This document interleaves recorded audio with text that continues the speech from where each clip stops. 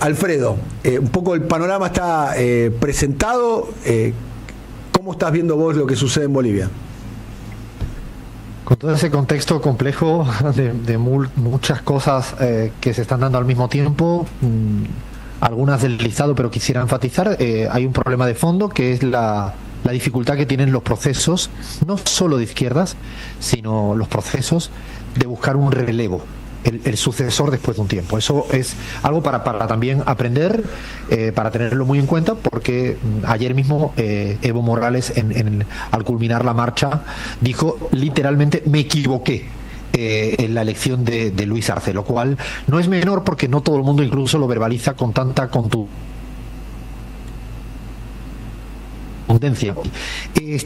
Añadiéndole a todo esto, hay que poner un contexto boliviano donde la democracia tiene mucho de marcha social, de protesta, de salir a las calles. En Bolivia, tú lo conoces, Dani, y a la gente que nos escuche, encontrarse en marchas de concentraciones por demandas puntuales es lo más habitual. Por lo tanto, hay una cultura de la marcha, yo diría que infinitamente mayor que la cultura del Twitter, ¿no? O de la entrevista en televisión o en la radio. La gente, y lo digo porque es importante entender que la marcha tiene esta epísteme detrás de esta cuestión. Y una disputa política que en Bolivia está a la luz. Primero es que el MAS no es homogéneo, sino es muy heterogéneo, Daniel. Yo creo que esto también hay que a veces asumirlo y asimilarlo.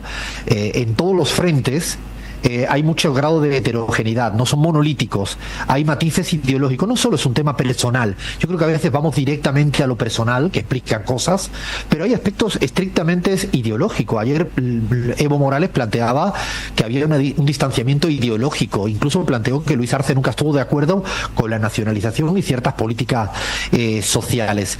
Hay un tema de fondo que no es menor, y es el intento, nada más y nada menos, de sacar a Evo de la carrera electoral. Esto lo hemos visto en Brasil, lo hemos visto en Ecuador con Rafael, lo hemos visto en la Argentina contra Cristina, y por lo tanto no es menor, porque el gobierno, el oficialismo, está dando por hecho que hay una sentencia del Constitucional que inhabilitaría a Evo como posible candidato presidencial en las elecciones del 25, cosa que es falso.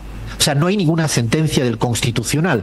Hay en una sentencia de una sala constitucional para debatir la libertad de expresión, en las consideraciones, extralimitándose del tema central de esa denuncia, abordó la cuestión de la reelección indefinida. Insisto, en una sala del Constitucional, no en el pleno del Constitucional. Lo que quiero decir, más allá del debate jurídico leguleyo, es que no podemos dar por válido que Evo Morales no se puede presentar. Hay otro aspecto que tampoco es menor, y es todavía en este momento no tenemos claridad si las siglas del MAS, el partido votante de hoy en día están habilitadas para presentarse a las elecciones presidenciales, porque tiene una amonestación del Tribunal Supremo Electoral y no ha convalidado la renovación de los estatutos, a pesar de que Evo Morales ha hecho todos los intentos para satisfacer los criterios exigidos. O sea, ha habido un intento de golpe de Estado hace muy pocos días. Los militares no hay que perderlo de vista en momentos de río revueltos. Yo creo que con todo este contexto complejísimo, muy propio de Bolivia, de las democracias intensas bolivianas, con una economía muy mal, con un problema de combustible, donde hoy en día no se puede buscar combustible, con un problema de escasez de dólares, lo han mostrado muy bien con la brecha cambiaria que nunca había habido en la Bolivia, pero también con la pérdida del poder adquisitivo de los salarios en Bolivia. No solo un tema macroeconómico de falta de dólares, sino es un tema también de poder adquisitivo, de incremento de precios. En este contexto, yo creo que es legítimo y lícito que Evo Morales haga una marcha pacífica. Seguramente ha habido enfrentamientos. Yo no hablaría de guerra civil. Espero que sea un por ahora muy largo, me dolería mucho, porque se ha vivido en pleno golpe de Estado.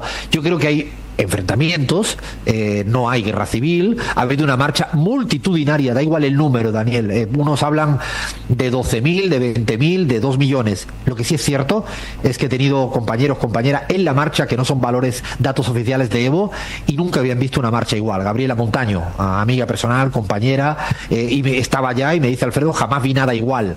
Además, una marcha no avalada, ni potenciada, ni financiada por el Estado, sino todo lo contrario. 189 kilómetros de marcha, o sea, no es poner 4 tweets. Lo que digo, el sacrificio que implica caminar 7 días. Esto es para entender también otro tipo de democracia, donde el líder histórico no solo pone un tweet, sino camina 7 días, una persona de más de 60 años. No son datos baladí cuando uno piensa en la intensidad de la democracia. Yo creo que es una victoria política de Evo Morales. Necesitaba esa victoria política después del golpe de Estado en su contra. Lo digo porque además es una victoria política simbólica en un terreno que no es del todo el propio. Él siempre tiene un fuerte propio de respaldo en el Chapar, en el trópico, pero nunca en La Paz y en el Alto. Y esto es una victoria de haber salido con una marcha multitudinaria en La Paz, en el Alto. Cuidó formas. Yo creo que es cierto que planteó la destitución de 4 ministros, planteó el tema del el vínculo del narcotráfico, de la corrupción, pero yo, haciendo lectura fina, yo no creo que Evo Morales lo que dijo ayer es que le dé 24 horas de margen para bloqueo. Yo creo que no va a ser así. No hay que leer desde la hiperprecisión de esas 24 horas, ¿no?, que le plantea un límite. Yo creo que lo que plantea es una victoria política. Es cierto que Luis Arce tiene hoy en día menos apoyo. Las encuestas serias que salen, que no son de Evo, de hecho, de las consultoras de la derecha de Santa Cruz, le dan a 25% a Evo Morales y le dan un 1% a Luis Arce. También es cierto que hay que ver, estamos muy lejos de la disputa electoral. También es cierto que hay de fondo una discusión sobre la renovación del órgano electoral, que dicho sea de paso, en Bolivia se elige por voto popular y ha sido rezagado por el gobierno, y llevan ya 10 meses de retardo de que se tendría que haber celebrado. Es un cóctel complicado políticamente. Creo que sale ganando en este momento Evo Morales. Yo me alegro de que no hubiera muertes, a pesar de momentos de tensión, que los hubo en algunos momentos, y yo creo que hay que ver qué pasa a continuación. Todo esto con una derecha inexistente. Yo me lo imagino comiendo pochoclo, me los imagino pendiente a ver cómo termina esta película, porque hoy en día voces como Tuto Quiroga, Carlos Mesa, Rubén Costas, cualquier Camacho, ninguno de ellos existen en el tablero político boliviano. No creo que solo sea un tema de, como lo está planteando el marco de Luis Arce, que es un tema estrictamente de Evo porque él quiere ser candidato. Lo quiere ser, no hay duda de esto, pero creo que es más profundo el debate político de fondo, porque es un tema de que lo que cuestiona la marcha es que el proyecto económico, cultural, democrático actual no está yendo por buen camino. Me parece que eso hay que no perderlo de vista, Daniel. Estamos hablando con Alfredo Serrano Bancilla de la situación interna de Bolivia, la disputa entre Lucho Arce, el presidente, y Evo Morales, que es un líder de dimensión histórica, no solo en Bolivia, sino a nivel regional. A ver, Evo Morales dijo: me equivoqué con Lucho Arce, ¿no? ¿Cómo podríamos poner en dimensión en otros procesos? Porque lo primero que empezaste a argumentar, Alfredo, es la dificultad que tienen los procesos de América Latina de la sucesión. Y vamos a poner 2 ejemplos, de alguna manera, contemporáneos. Uno es el de Lenín Moreno con Rafael Correa, y más allá de las diferencias también, porque integró la fórmula, lo de Alberto Fernández con Cristina. Y a partir, esta es una parte de la pregunta. La otra pregunta es: ¿qué diferencias políticas, me gustaría que profundices sobre eso, qué diferencias políticas ves profundas, más allá de la cuestión de lo personal? Yo coincido con vos, creo que las discusiones no son personales, son políticas. A veces las diferencias políticas devienen en diferencias personales, pero la primera diferencia es de carácter político. ¿Cuáles son las diferencias entre Lucho y Evo Morales? En el modelo económico creo que hay diferencias. Yo creo que Lucho Arce ha sido un muy buen administrador de unas directrices políticas de la economía que se quería, y que estaban marcadas por Evo Morales y Álvaro García Linera, que era un mayor Estado, una mayor inclusión social, mayor inversión pública, nacionalizaciones y aspectos centrales. Yo creo que en este último periodo, donde Luis Arce como presidente tenía que tomar decisiones en materia económica, creo que ha dado pasos, yo diría que mucho más tímidos en el avance, en la segunda fase de este proceso de transformación. Yo creo que tendría que haber acelerado el proceso, y digo lo que creo, pero ahí se notan las principales diferencias, por ejemplo, en materia de inversión pública. Cuando uno lee los elementos del petitorio que basaban la marcha, que es interesante leerlos, en uno de los aspectos fundamentales es más inversión pública. Por ejemplo, Evo Morales se ha quejado permanentemente de que el Estado en materia de inversión pública ha pasado a ser secundario. Diría que Evo Morales en esto considera que el motor fundamental de la economía es una inversión pública que implica a la vez una mayor inversión privada, esta idea de efecto multiplicativo sobre el sector privado. En materia de políticas sociales, también Luis Arce es mucho más tímido.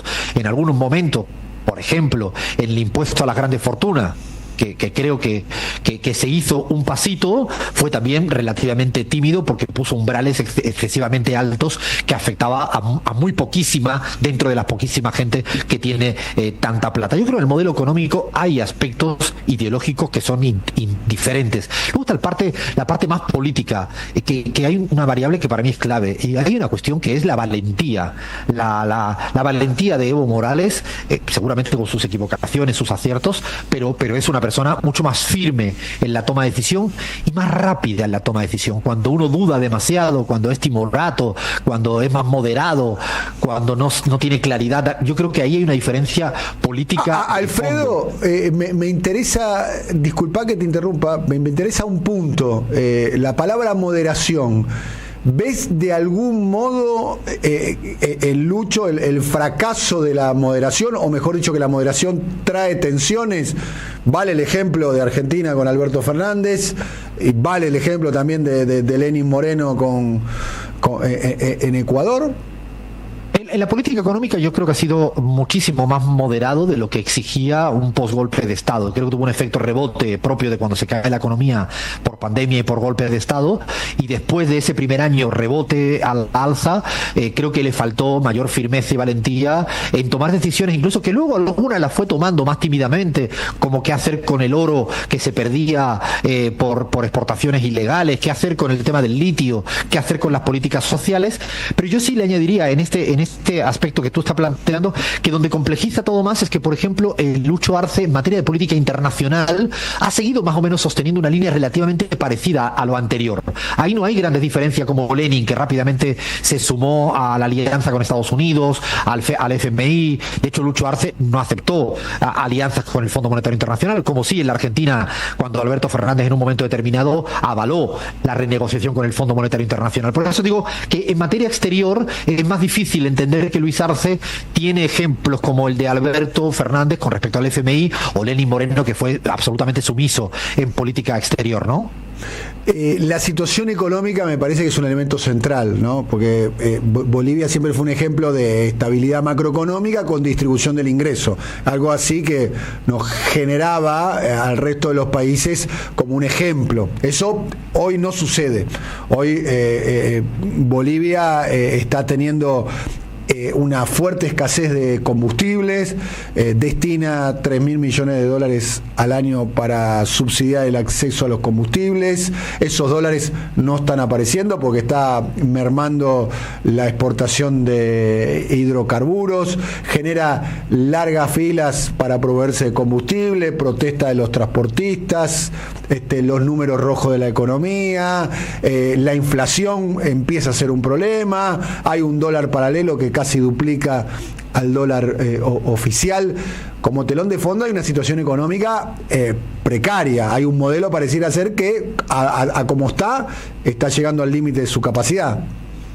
Y ahí fíjate, Dani, que yo creo que Luis Arce le responsabiliza de todo a Evo Morales por las protestas y los bloqueos, incluso porque ha relativamente paralizado créditos en la Asamblea, porque, cuidado, en la Asamblea plurinacional, en el Poder Legislativo, el grupo parlamentario del MAS se partió en dos, el grupo más evista y el grupo más artista, recordando que el presidente del Senado es Andrónico Rodríguez, que la importancia que tiene este nombre es que está en la línea sucesoria el tercero, después de presidente y vicepresidente, y que además es un hijo político del trópico de Cochabamba, es decir, de Evo Morales. Ayer, de hecho, estaba en la testera de la marcha al lado de Evo Morales, y no es un tema cualquiera este. A propósito de Andrónico Rodríguez, bien podría ser un candidato de síntesis Andrónico Rodríguez. Yo creo que es parte de lo que un cierto sector más hoy en día vinculado al arcismo empieza a tolerar, pero yo creo que me parece que además no representa esa síntesis del todo. Yo creo que es un chico joven, valioso, firme, con muchísima capacidad, pero es una persona estrictamente del grupo de Evo Morales. De hecho, y es interesante esto que plantea, él ha explicado millones de veces que no ha limitado nada de lo que está diciendo Luis Arce, que no le han permitido los créditos. Yo creo que uno de los errores que ha tenido en este último tiempo Luis Arce ha sido en echarle la culpa de todo al otro. Y eso no funciona un ratito nomás. Después de un tiempo no funciona. Y en el tema del relevo que tú planteabas, yo sí ayer en el discurso, Evo Morales tuvo un rato muy programático, y en eso él es ir muy a lo que ocurre en la esquina del barrio, en el combustible, en las pequeñas familias. Pero luego el decir me equivoqué, yo creo que es interesante porque es la primera vez que lo dijo con tanta claridad. Yo creo que eso es otro aspecto que no he escuchado a todos los líderes y lideresas en la región con tanta claridad. Me equivoqué al elegir, porque hay una responsabilidad en cuando uno elige. Me equivoqué. ¿De quién estarás pensando? ¿En quién estarás? Hay muchos ejemplos para discutir, cada uno con su contexto, Daniel, y es un tema para abordar, pero Evo en esto, de hecho, te lo dice en privado y lo dice en público. Evo tiene una cosa, te gusta o no te gusta, que lo que te dice en privado te lo dice en público. Además, a Evo, algo que sí me ha dolido es que le han intentado estigmatizar vinculándolo al narcotráfico, vinculándolo a la corrupción. Y le conozco a Evo Morales en su día a día, y está todos los días en sus piscinas criando pescados, tambaquíes, que es su día a día. Es una persona muy austera, que no tiene ninguna señal de ostentosa ni de plata. Creo que eso, esa ética la ha puesto por delante, y me parece que eso, yo creo que el día de ayer es un punto de inflexión un poco en cómo se puede resignificar la figura de Evo Morales hacia adelante. Es más, intuyo que él no va a querer que haya paros ni bloqueos en el corto plazo, como se estableció por parte del grupo que le acompañaba y que lo dijo públicamente. Yo creo que querrá dejar claridad de que tiene mucha gente a su favor, y Lucho Arce tiene un problema hoy en día porque no tiene fuerza social propia. De hecho, se confunde mucho, Daniel. La gente que han iniciado marcha desde Copacabana, desde la zona del Titicaca, no son de Evo Morales, sino venían de los Ponchos Rojos, que eran bastiones más cercanos a David Choquehuanca. Lo digo por la complejidad de la letra pequeña, de pensar que todo el que protesta es afín a Evo o es teledirigido. Si aprendí algo en Bolivia, es que no son así. No es el puntero típico que le dice al resto vamos. Es un poquito más compleja la democracia social de movimientos en Bolivia. Pareciera ser que hay una situación económica muy precaria en Bolivia, y que Evo de alguna manera viene a expresar ese malestar. Me quedo con una de las cuestiones que dijiste, Alfredo, como para ir cerrando. La marcha sobre la paz es un triunfo de Evo. Es un triunfo, pero indudable, de Evo. No, yo creo que él mismo se le notaba, lo dijo varias veces, no pensaba que en el Alto y en La Paz íbamos a tener esta apuesta. La cuestión geográfica en Bolivia es muy importante. Él tiene una fortaleza en la zona de Cochabamba. En La Paz siempre se ha dudado, él mismo lo dijo, se ha dudado mucho, y tener hoy en día ese apoyo masivo, que yo creo que no es tan de organizaciones propias de Evo Morales, sino gente común que iba saliendo del Alto y pasea. Además, las imágenes hablan por sí sola de la cantidad de gente humilde, Daniel. Eso es muy interesante de las marchas en Bolivia. Sale la gente humilde a caminar 189 kilómetros. Imagínate si, perdonen el argentinismo, si en Argentina cuesta que en una plaza andando 5 kilómetros vayan a protestar por la aberración contra los jubilados, allá caminan 189 kilómetros 7 días seguidos, y esto para mí es de mucho respeto a las manifestaciones, y me niego a condenar las represiones o a estigmatizar o incluso sentencias constitucionales que ha habido ahora, esta semana en Bolivia, para poder meter preso al que haga un bloqueo de carretera. Esto para mí no va con la democracia participativa boliviana. Alfredo, muchas gracias. Gracias, un abrazo fuerte, Dani. Un abrazo de Alfredo Serrano Mansilla, titular de CELAC. Muchas gracias a nuestros compañeros